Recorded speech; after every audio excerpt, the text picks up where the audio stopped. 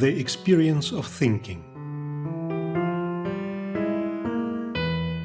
A series of talks on change of consciousness in the writings of European philosophers by John Thompson. Episode 1. Plato.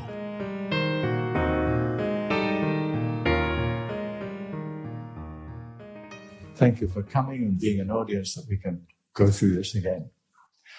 So I'll begin.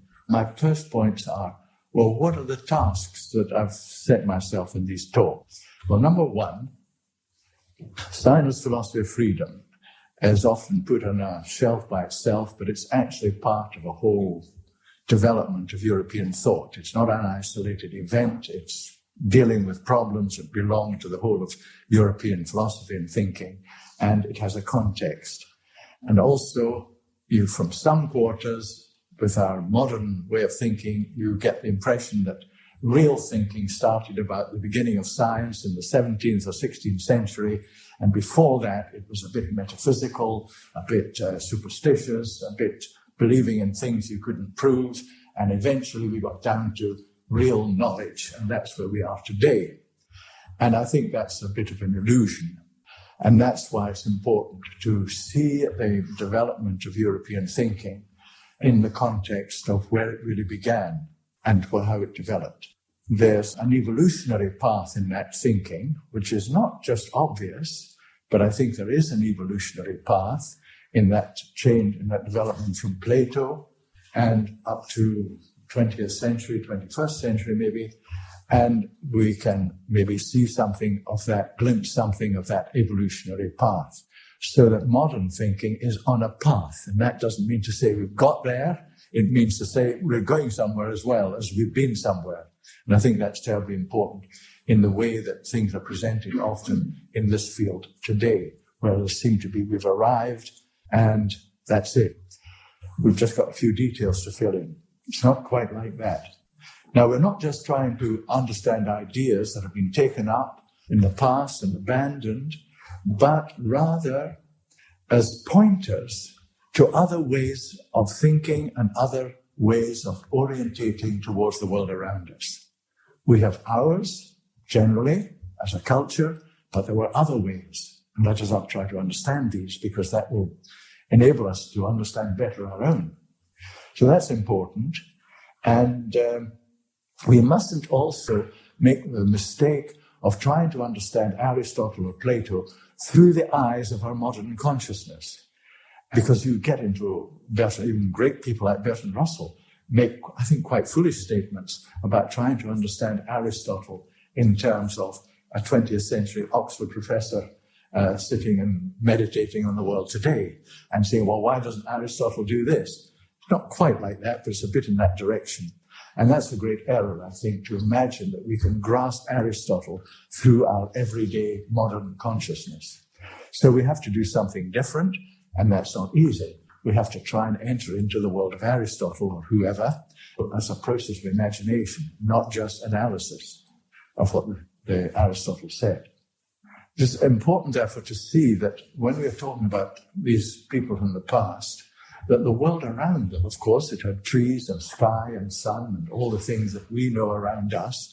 But at the same time, the tree for a Greek was not the same as the tree for a modern human being. I don't mean that we've named them differently or we grow different trees. I mean the actual encounter with tree, the actual reality of that and the grasping of that, because you have to think it as well, is different. Simply because the consciousness of the Greek 2,500 years ago is not as our consciousness is. The next thing is we need to remember the present consciousness as a poor memory. And I think that's partly because we've, to some degree, lost, and I don't know if it's lost or not really found, an historical consciousness. And so we tend to isolate the world in terms of our way of looking at things. Remembering is actually doing this process of going back and realizing Plato was a European. Aristotle were Europeans, and they were thinking in a way that was going to lay the foundation for what Europe thinks today, or Europeans think today, however hidden it may be. That is a foundation, and you can never eliminate that. And however we think, somewhere behind, there's Aristotle and Plato have been thinking, and they have been shaping what 2,500 years later people will think, even although we don't share their thoughts. They are laying a foundation for it. And that's the remembering. So remembering Europe, of course, I'm not isolating Europe from the world, but this philosophy we're talking about is a European contribution to world culture. So that's really one of the things I wanted to do. And finally, there's an ultimate question, which I don't think I can answer, and that is, what is it that drives humanity in its consciousness to change? Why don't we stay the same? What's driving us to be different? For Marx, it was just technology changes, therefore consciousness changes. But I think that's not an adequate answer. So what is it that's impelling human beings in our humanity to go somewhere where we're not and where we've never been, to evolve in our consciousness? We know all about animal and evolution and all that, but we're not talking about that now. We're talking about an evolution in consciousness, how I grasp and relate to the world. And what is this I? Now, that's a mysterious question, and I don't think we'll fully answer that, but I think that, for me, is in the background as a question. It's normally considered, if you open a book on Western philosophy, that Plato and his pupil Aristotle are the founders of European philosophy. Before them, there is Socrates, who was the teacher of Plato, and before Socrates are a group of people called the pre-Socratic philosophers. They come before, and we have picked out two of them, Heraclitus and Parmenides, and they're living, we don't know the exact dates, about 500 BC. We're going to talk about them, but I'm going to go straight in and introduce you to Plato and one of his dialogues. Plato developed a school in Athens, an academy it was called, that's where our word academy comes from, and he had pupils there. They did research, studied and lectured, and Plato was head of that for 20 or 30 years, I think, at least. And in that time, he produced about 24 what are called dialogues. Now, the dialogue is always rising out of a question. And it always, there's one or two that don't, but all of them, most of them contain a main speaker, and that is his teacher, Socrates. How much these dialogues represent Socrates, we can't, of course, say. But Socrates is the teacher in the dialogues. So how much Plato's putting into the mouth of Socrates that Socrates wouldn't have said, we don't know. But it's quite clear there's a lot that seems to be Socratic in the dialogues, and there's quite a lot that seems to be Plato. Plato was an aristocrat from one of the principal aristocratic families in Athens. Socrates' father, I think, was a stonemason. He was an ordinary soldier in one of the wars. He didn't have an academy. His school was the marketplace. He would go up, talk to people, and if they were willing, get into discussion. And I think, this typically begin in this way. Where are you going? Oh, I'm going to the courts. Well, what are you going to the courts for? I'm going to the courts to see justice done. You're the very man I wanted to meet. Justice, you must know what justice is. Tell me what justice is. So the poor guy steps into the trap and makes an effort at trying to say what justice is. And then, of course, Socrates starts to undermine his thinking. And in the whole dialogue is the unfolding and the undermining of conventional notions and opinions. We'll see this working in this particular dialogue called the Symposium. And the Symposium is a drinking party, and Socrates and a friend are invited along to others, and Socrates arrives late. When his friend arrives before him, they say, well, where's Socrates? Oh, he was coming. Oh, he stepped aside, and then I went back to find him, but he was sitting in a meditation, so I didn't dare disturb him. So you get a picture of this snub-nosed, rather satyr-looking figure of Socrates suddenly decided he's got a problem, so he sits down and starts to think about it. And nothing will distract him, nothing. Then when he's done his thinking, he comes and joins the party. And the party are discussing the nature of love. It's not actually presented quite in this way because it's presented as somebody telling a memory of this event. So Plato is a kind of dramatist. He's not just giving a dry philosophical debate about love. He's presenting it in a drama fashion. Somebody is remembering this of what happened years ago and remember who said what in great detail, and that's what we're presented with. Various figures all try to have a go at defining love. What is love? And I'll just give you ideas. I can't go through their whole dialogue. Love is a mighty God, said one.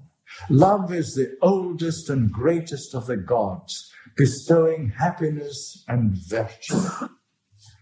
Another one takes it on and says, there is a heavenly and an earthly love. There are two kinds of loves. One's heavenly and one's earthly. And then another one says, he's the funny guy, actually, who writes plays, funny plays, and makes fun of Socrates in one of them, called Aristophanes. And he says, love is the fairest and best of the gods, and all the virtues of love are described. Temperance, justice, etc. So love is the fairest and brightest of the gods, and all the other virtues belong to love. Aristophanes. Socrates, of course, listens to all this with great patience, and then he says, they're all waiting for him, of course, to give what does he think about love. He says, love is of something. It's not just love. Love is always of something. What it desires must be different from what it is. So it's love and what it desires. No one desires what he has. And then he tells a story of having gone to visit a wise woman, called Diotima. And she discusses with him what love is. I'll just give you an indication of what she says. She comes and talks to him about love is a mighty God. She says, love is neither mighty or fair. What do you mean it's neither mighty or fair? Do you mean it's foul and weak?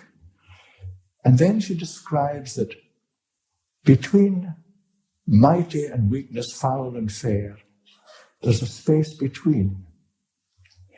And she says, love is in the gap between the gods and human beings, between knowledge and ignorance, between fair and foul. Love is the space in between. That's where it is. It's the in-between that separates us, the human being, from the divine. There's an in-between. That's love. It's neither mighty nor weak. It's in-between. It's neither knowledgeable nor ignorant. It's in-between. And it's the place, therefore, of transformation. It's where things get transformed. The word for this in-between, metaxi in Greek, is really a kind of expression of love not being something, but being that which it has not, in a space which is open, where things happen. You've got the gods, you've got the human being. Love is the activity in that in-between space. The human being experiences himself as tending beyond his imperfections towards the perfection of the divine ground that moves him. Human being experiences himself as tending beyond his human imperfections. We've all got our imperfections, and yet there's something in us that's tending beyond that, trying to take us beyond our imperfections. And towards the perfection, we must have an idea of perfection if we're going beyond our imperfection, towards the perfection of the divine ground that moves us. The spiritual man, as he is moved in his quest of the ground, moves between knowledge and ignorance. Metaxis Sophias kai amathias. This in-between is not an empty space, but the realm of the spiritual. It's the realm of man's converse with the gods. That gives you an idea of how that drama of what is love goes. And it's always this quality that somebody's got a question. Everything starts with a question. And then Socrates eventually listens to all sorts of opinions, comes in and tries to awaken another quality of thinking, which isn't there. Because people are just repeating what Homer said or what some other great guy said. It's just opinion. So that's a typical, typical in a way that it gives you an idea of how these dialogues unfold. Now, I must realize that Plato lived in a very dangerous time. He was born in 428, and this was during a destructive war between the two cities. There wasn't a Greek state, there were only independent cities at that time, and Athens and Sparta, a sea power and a land power, were the two principal cities in terms of their power. They had colonies all over the place and so on, and they came into conflict. And it meant the absolute destruction of Athens. There was a city was destroyed, a huge plague attacked the city, and you know these cities compared with modern cities were very small. There were people dying there in the walls that the Athenians had built to protect themselves against Sparta. And that was a great disaster for his city. And all that time he was living there, and when he was about 30, his master, Socrates, was accused of ruining the youth by that's how he was accused of corrupting the youth. He was brought to trial, and all their trial and incidents are given in other dialogues of Plato, and then he was condemned to die, and then he died by having to drink a poison. And that was in 499, so Plato had been listening to him for maybe since his youth, 10 years or so, and then he's there, and some of his relatives are on the council that condemns his teacher, Socrates. So this is a huge dramatic events in the life of Plato, which are never mentioned in the dialogues. They don't appear at all. But we know about the death of Socrates because 3 dialogues refer to conversations with Socrates on the eve of his death. I want to say something now because Plato has a very particular universe that he's presenting to us in trying to understand the world. And if you go before the philosophers, that's to Parmenides, Socrates, Pythagoras, for example, and others, they are kind of on the edge of philosophy, as it were. They're coming to philosophy. But where have they come from? Philosophy doesn't just emerge out of some kind of ignorance or non-thinking or anything like that. There was a kind of thinking, of course, that preceded these philosophers, but there wasn't, as we call it, philosophy. And where this philosophy comes from is out of the myths, the great myths. That was their mode of thinking. We all know something about the great Greek myths. We get them from Homer's Tale of Troy and all the stories from the Greek dramatists like Oedipus and so on. And these are mythic stories. And then there's also poems by Greek writers on the origin of the universe and the creation of man and so on. And of course, we've got these in other cultures as well. So that way of understanding the world is not a kind of imposition from a strange imagination placed on the world that we at last know, but an experience arising out of a relationship to the world put in pictures, not in concepts, but in pictures. And so the movement to Heraclitus and these people is the movement from picture to concept, essentially. You're moving from making pictures about the world to making concepts. And so all myths, whatever, Red Indian myths, Australian myths, all that, are profound pictorial representations of the experience of being in the world.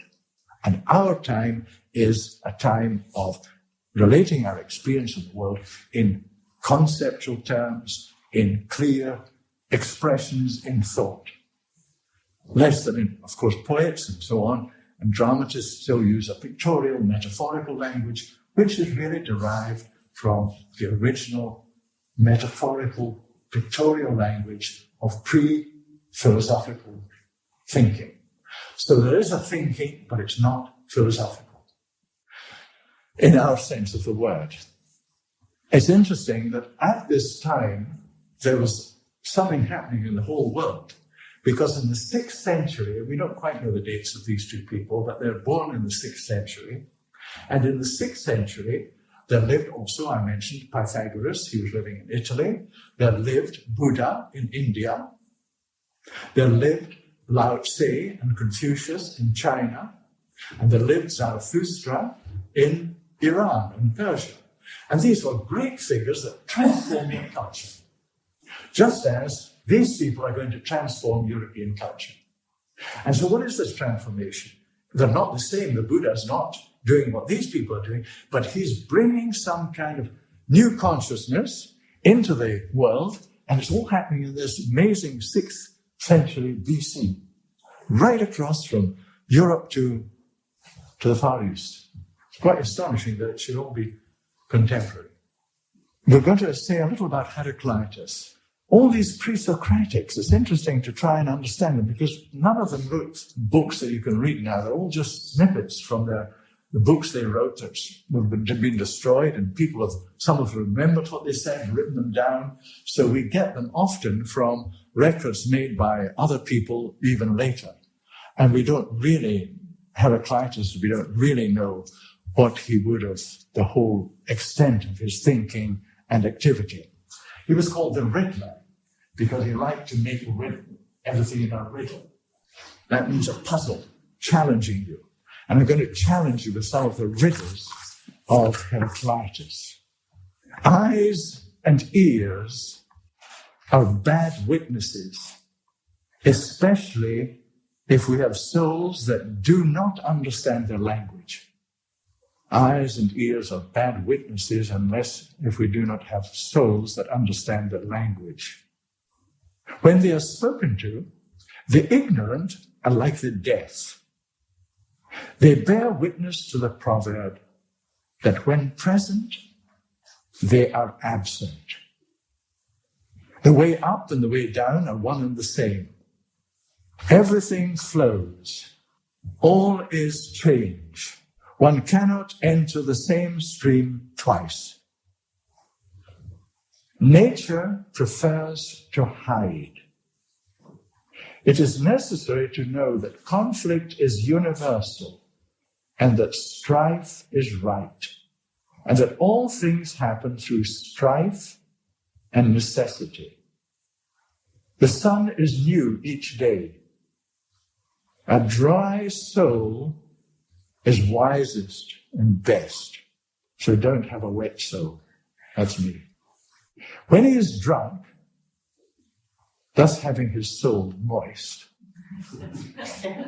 a man is led about by an immature boy stumbling and not knowing where he's going.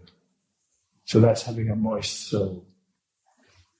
You would not find out the limits of the soul even by traveling along every path. So deep a logos does it have. You mentioned this word logos. Logos is a strange word, sometimes just translated by an account. But of course it means a word. And so it's very difficult to find the right word to put it in English, and sometimes we just leave logos. And it means a kind of, well, I don't know, you might say a creative word. So deep a logos, a creative power, does the soul have. You can't name where it got to the end of it. So you see this Riddler, where he's coming from.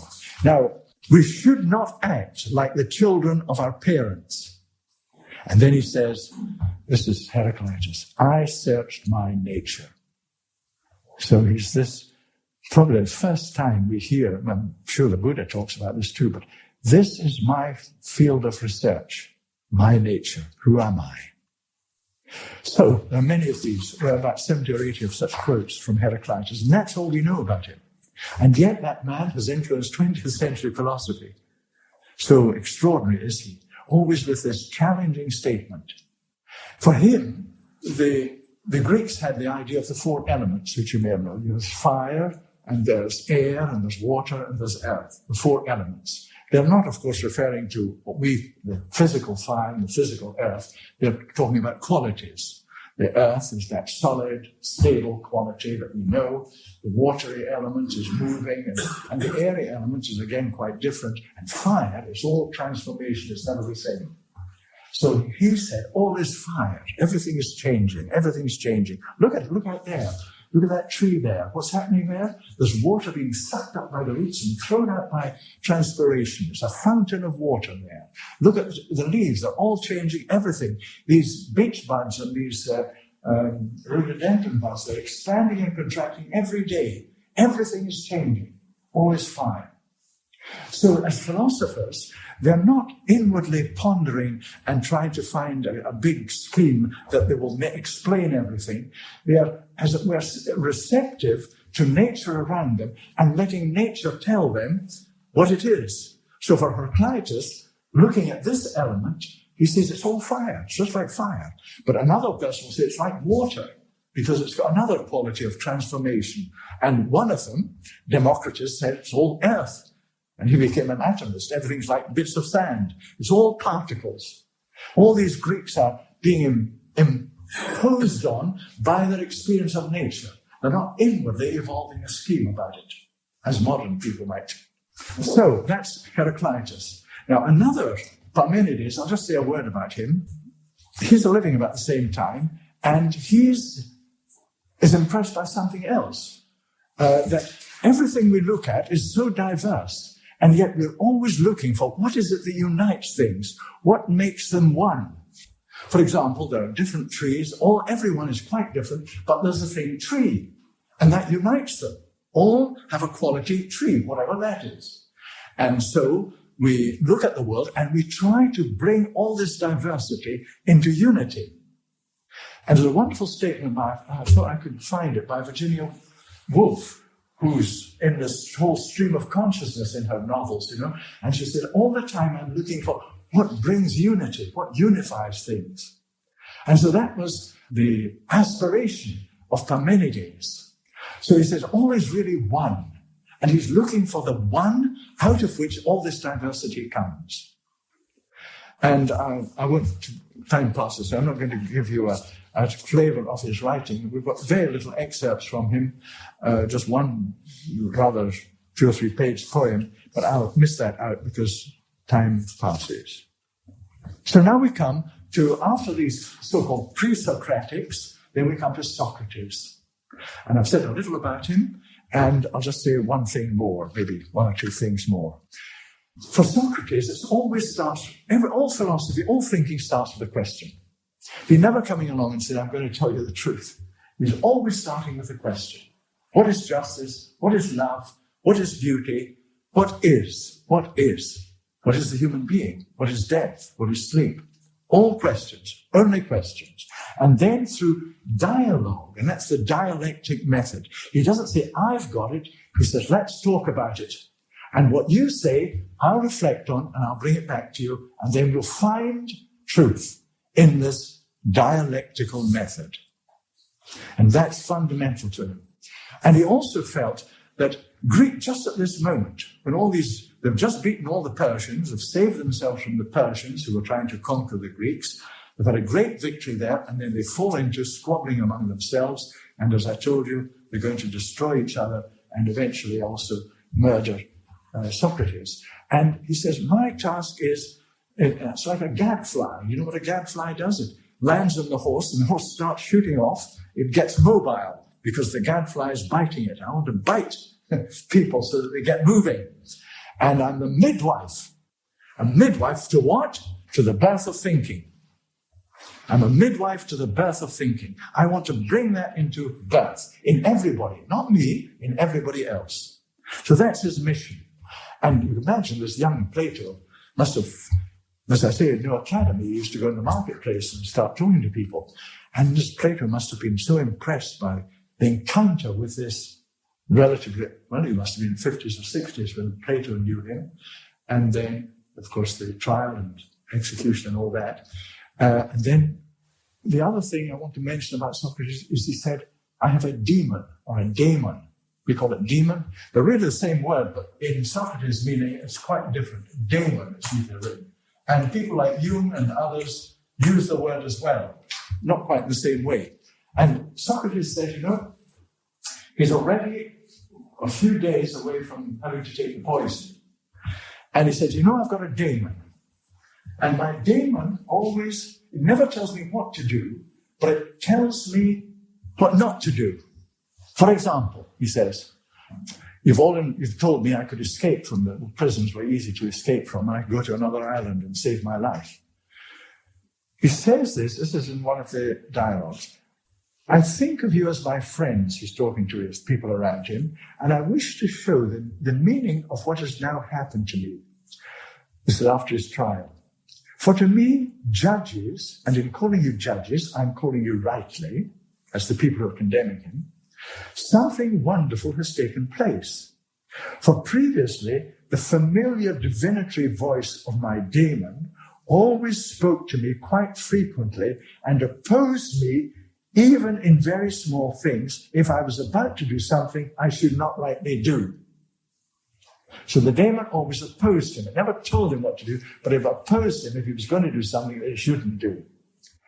There has happened to me that which might be considered and is generally thought to be the greatest of evils. But the divine sign, that's being killed, but the divine sign opposed me neither when I left my home in the morning, nor when I was coming up here to the court, nor when I was about to say anything, and yet on other occasions it stopped me many times in the middle of speaking, but now in this matter it has opposed me in neither my deeds nor my words. What then do I suppose to be the cause of this?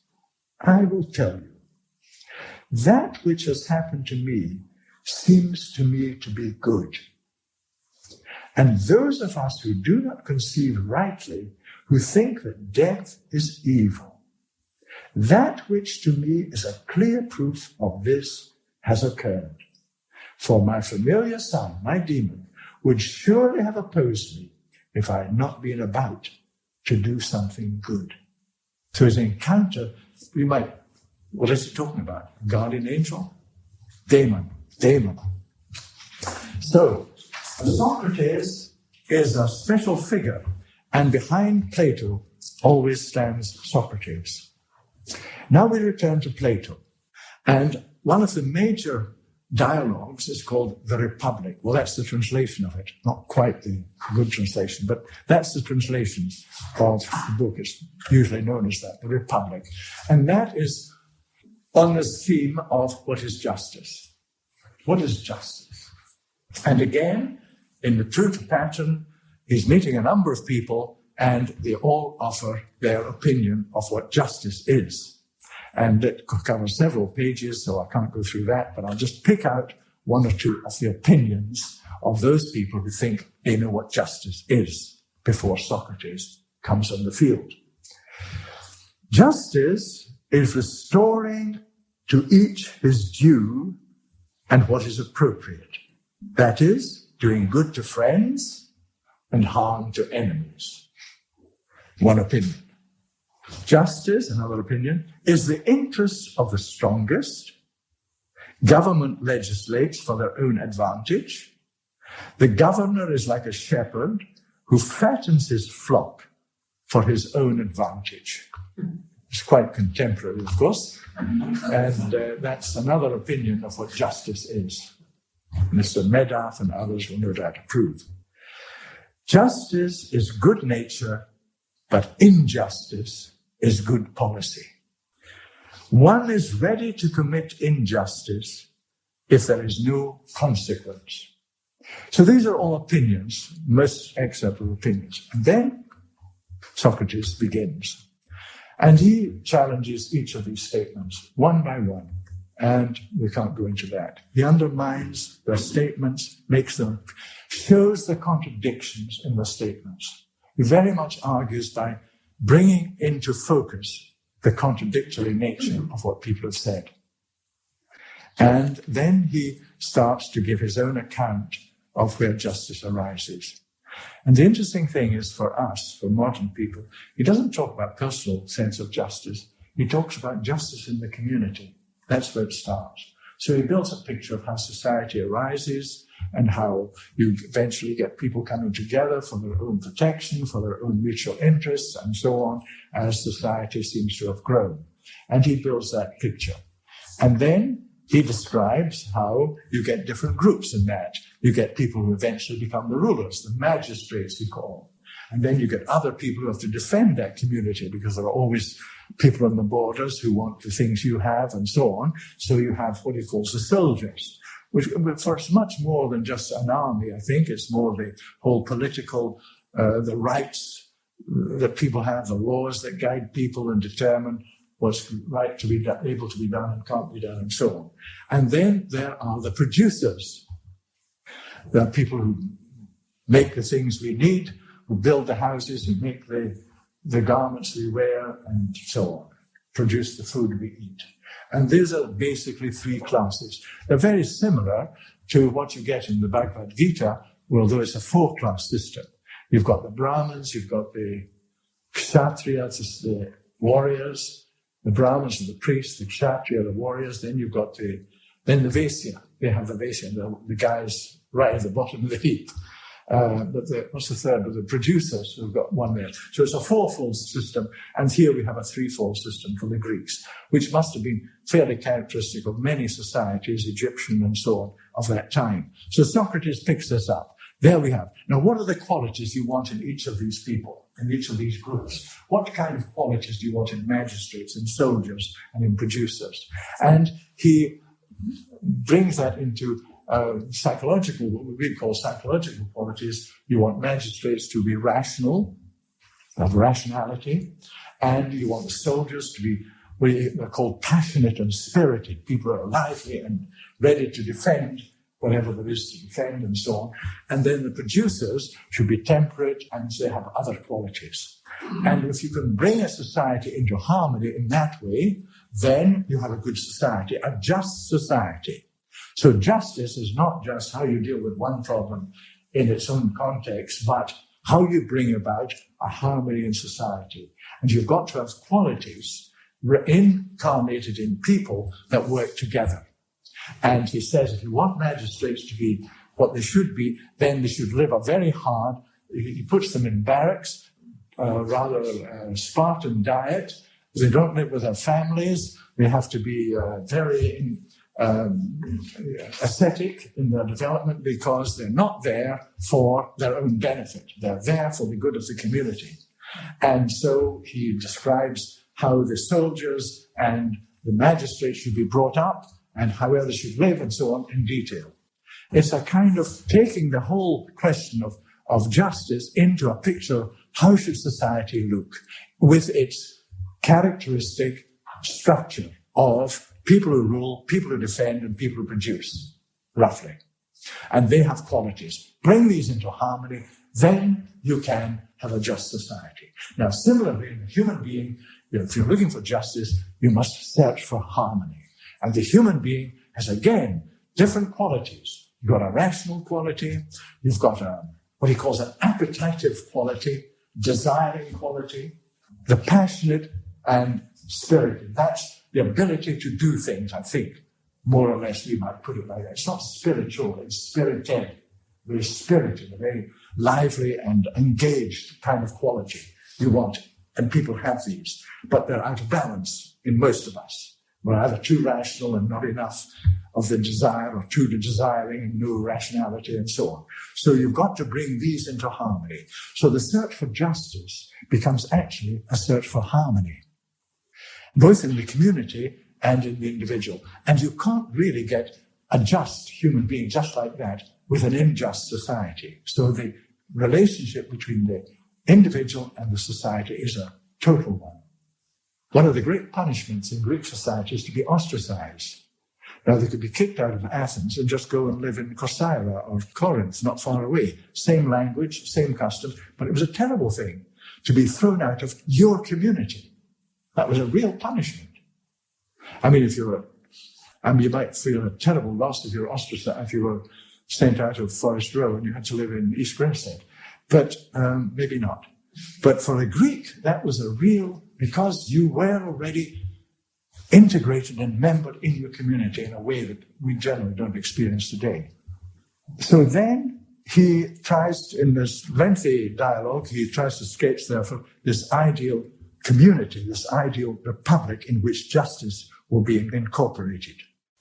I want to give you an idea of what's lying behind all this in Plato, because it's still not obvious. What is he after? What is this ideal world? And we can be completely misled by this because we use these words too, but we use them in a very different way. This is an excerpt from the Republic. In the world of knowledge, the essential, and he calls it the form of good. Now, the word form is a difficult word because in Greek, the word used is idea or eidos, which means idea. And yet it's not translated as the idea of good, or sometimes it is, but sometimes translated in Plato and Aristotle as a form. They see it not as we might see it, just some abstract notion, but as actually an entity. So he says the idea of good is the limit of our inquiries. So good, the limit of our inquiries, is not just our little sense of what good is, but a huge cosmic sense of the good. And that's the limit of our inquiries and can hardly be perceived. It's very difficult to perceive this idea, but when perceived, we cannot help concluding that it is in every case the source of all that is bright and beautiful. In the visible world, giving birth to light and its master, and in the intellectual world, dispensing immediately and with full authority truth and reason, and that whosoever would act wisely, either in private or public, must set the form of the good before his eyes. So philosophy for Plato is setting the form, the idea of the good firmly before your eyes. And this is difficult to perceive. We can only dimly grasp it unless, and that is for philosophy for Plato, is a path to this attainment. You've got to get there. And you don't just happen to have it. It's work. It's inner thinking, meditation, reflection, concentration, all these qualities. That actually originally were qualities in the mystery centers of Greece and other countries as well. And Plato is very connected with this. And this whole element of what comes out of these mystery centers of inner development is Platonic in the dialogues. The Socratic is the one-to-one, face-to-face questioning. Wake up, let's think, get rid of your conceptions, your conventional notions and all that. Let's think. That's Socrates. The Platonic is there's a path towards the idea of the good. And only then will you really understand how the world works. He gives another image, and the image is of the cave. This is also in the Republic. And he said, imagine there's an underground cave, and all the people are sitting on chairs looking at a wall. But they're all sitting chained. They can't look left, right, and they certainly can't turn around. They can only look this way. And they're seeing on the wall shadows. And behind them is a wall on which things are happening. People are passing along, things are appearing, objects are there, animals are walking, and behind that is a fire. And that fire is throwing the shadows of all these objects onto the wall that we are bound to look at. So here we are staring at these shadows and say, oh, they must be real. Because when you hear a voice, that shadow seems to be speaking. So, oh gosh, look at that voice, it speaks. That's real, that's real. And he says, this is, of course, the world of illusion. And now, what you've got to do, imagine, you break your chains and you're able to turn around and there's reality. That's real. Now you're seeing reality. And if you even walk out of the cave, you'll see the sun, the source of all light. But at first, you'll be blinded. It's very difficult to see because you've been looking at this dim, shadowy thing there, and you've got used to that. And now, when you turn and look at the light, at first it blinds you. Then you have to overcome that, and then you can really see the reality. So that's the cave. Humanity is in a cave, looking at shadows. To find reality, you have to break free from the posture you're chained to in the cave and turn and face the real world. Now, that real world, for Plato, is the world that stands behind all phenomena. In his interpretation, the tree I look at is just a shadow. It's like a shadow. And behind that is a reality, which is the idea tree. So the idea is more real than the sensory object. But we can only see or grasp this, it seems to me, that we are so immersed in the physical perceptual world, which is for us the real thing. I'm not talking about an idea of a podium or a desk. This is what I want. I don't want the idea, I want this. An idea is a bit shadowy and insubstantial. This is substantial for me. But for Plato, that sparrow out there is the shadow. There's an idea sparrow in the supersensible, in the invisible world, out of which that is created. Without that idea, that sparrow or that crow couldn't exist. That must be the real thing then. So this is the concept that we come to in Plato. That the world that we are initially born into is just a world of shadow and illusion. And only by following the Platonic path do you come to face reality. He goes into interesting questions, all modern questions, but of course he tackles them from his consciousness. He says, there's people who have opinions and people who have the truth, knowledge, and people who have opinions. I ask you, is that beautiful? That plant, that picture, that tree? And you say, yes, I think that's beautiful. But he says, I'm interested in you telling me what beauty is. I know what I feel, but what is beauty? Is it just what I feel? Maybe that's all it is. Maybe you feel it differently, and you feel it differently. So there are all sorts of beauties. There's your beauty, my beauty, and your beauty. But he said, is there such a thing as beauty? What is beauty? And now he says, once you go in the search of beauty, you're in the search of knowledge. Once you go so only in the search of what do you think is beautiful, you're in the world of opinion. Just opinion.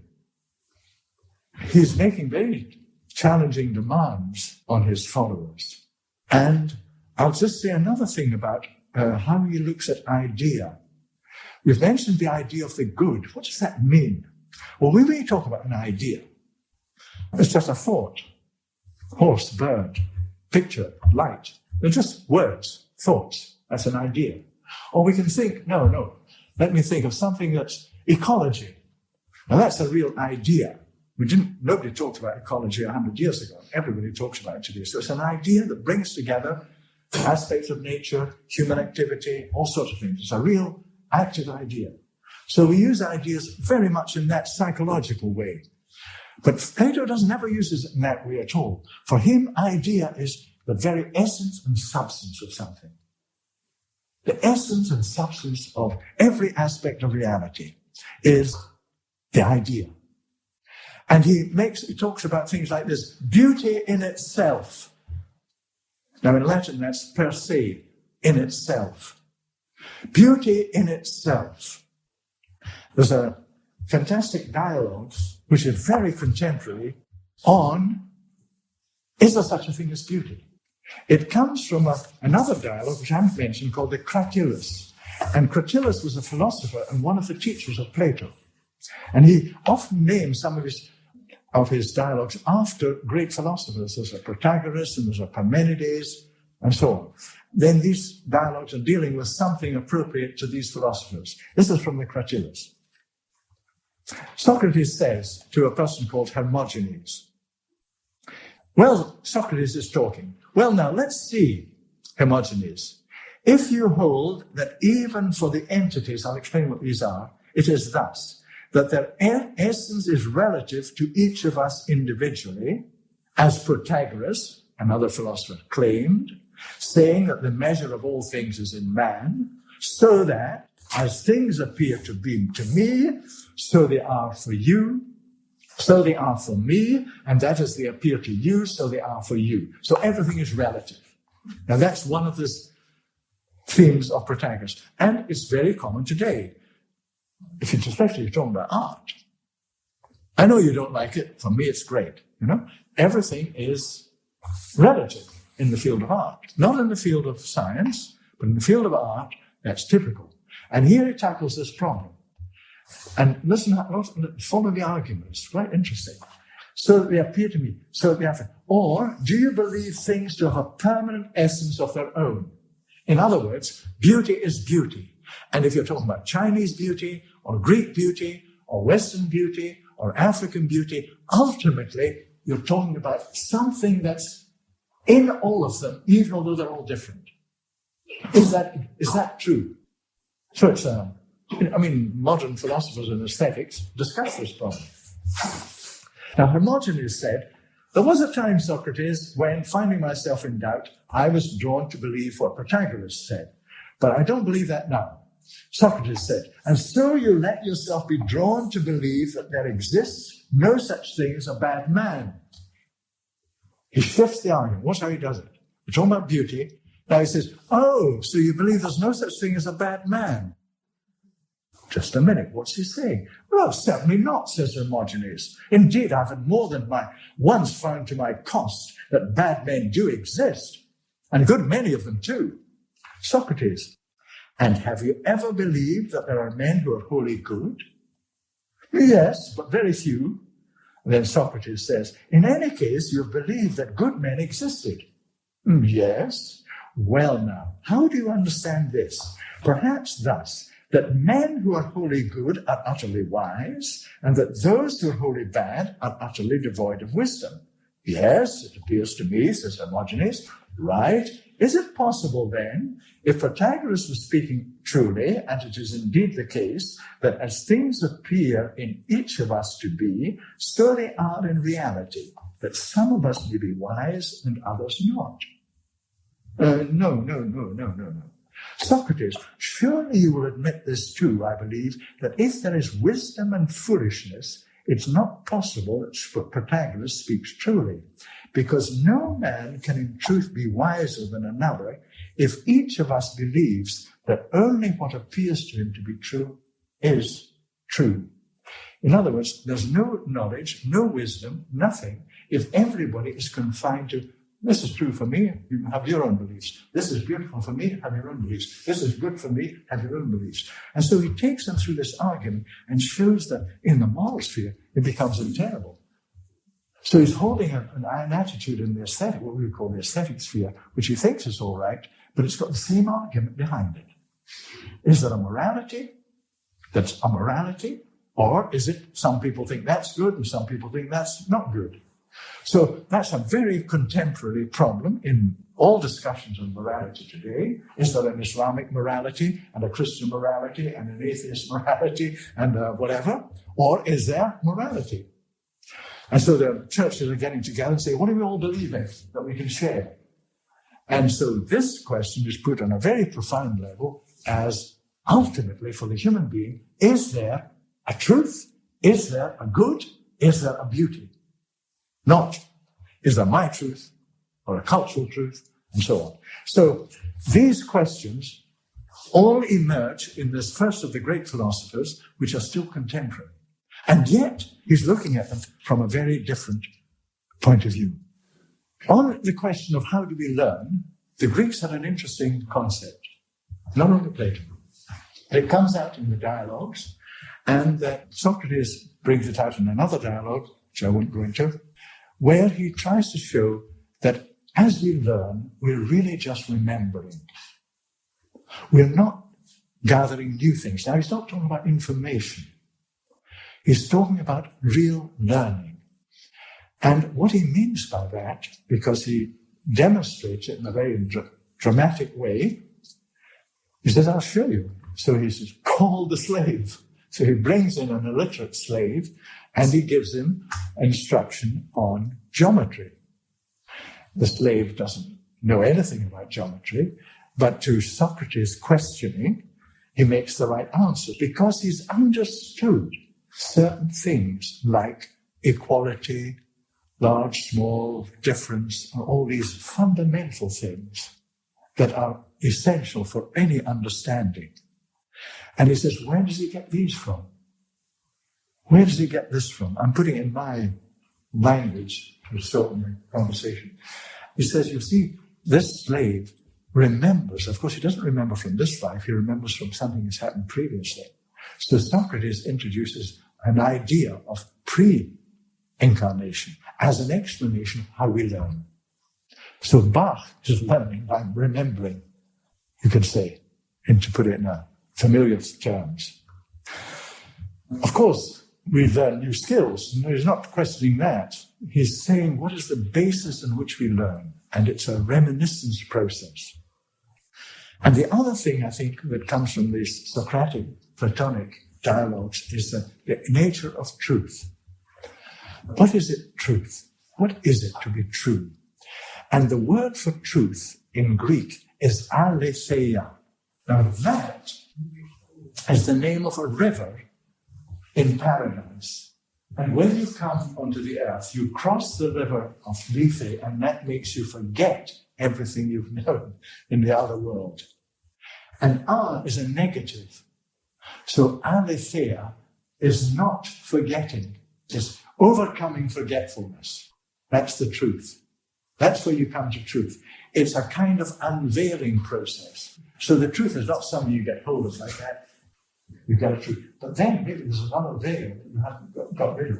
And then there's another veil. That's the process of truth finding for the Greeks. Unveiling. Overcoming forgetfulness. Overcoming what you've known but no longer know.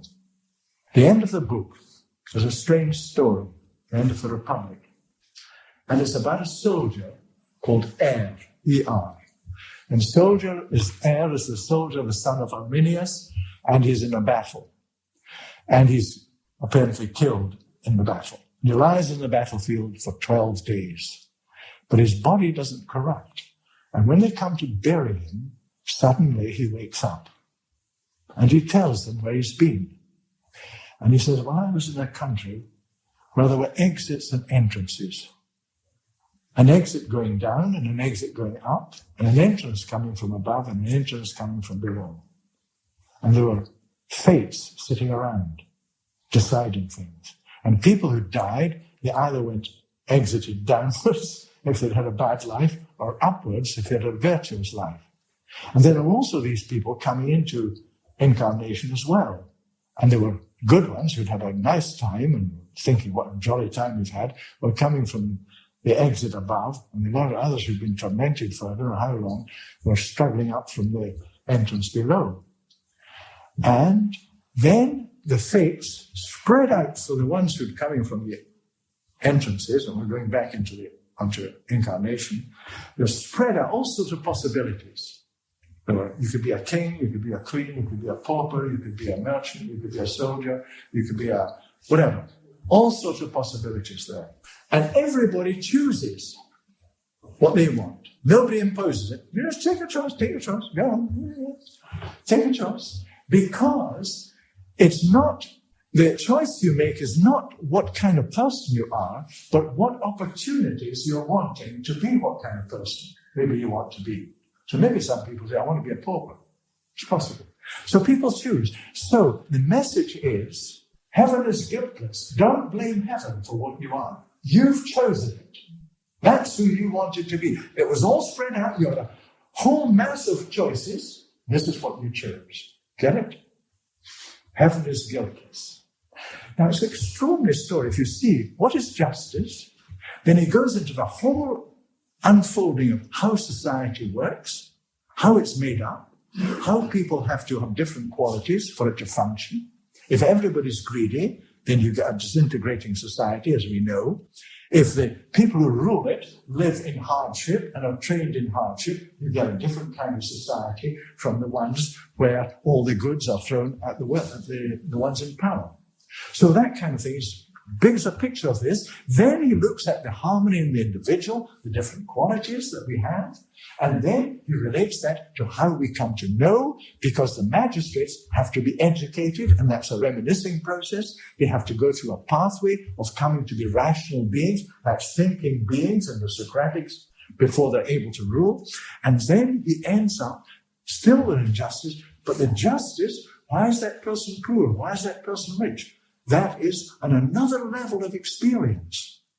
So he's not an egalitarian who said everybody should have the same goods or anything like that. And yet he's creating a kind of communist society where everybody has his place. And that's why, of course, it came under attack in the 50s as against the open society. But still, in that long dialogue, and of course in all these other 23 dialogues, Plato is awakening all these questions that in some way are still with us. But he's approaching them in this consciousness that there is a real but invisible world, more real than the visible world. And the whole pathway we're going to go into modern society is to lose or to step out of that kind of experience of reality into another one.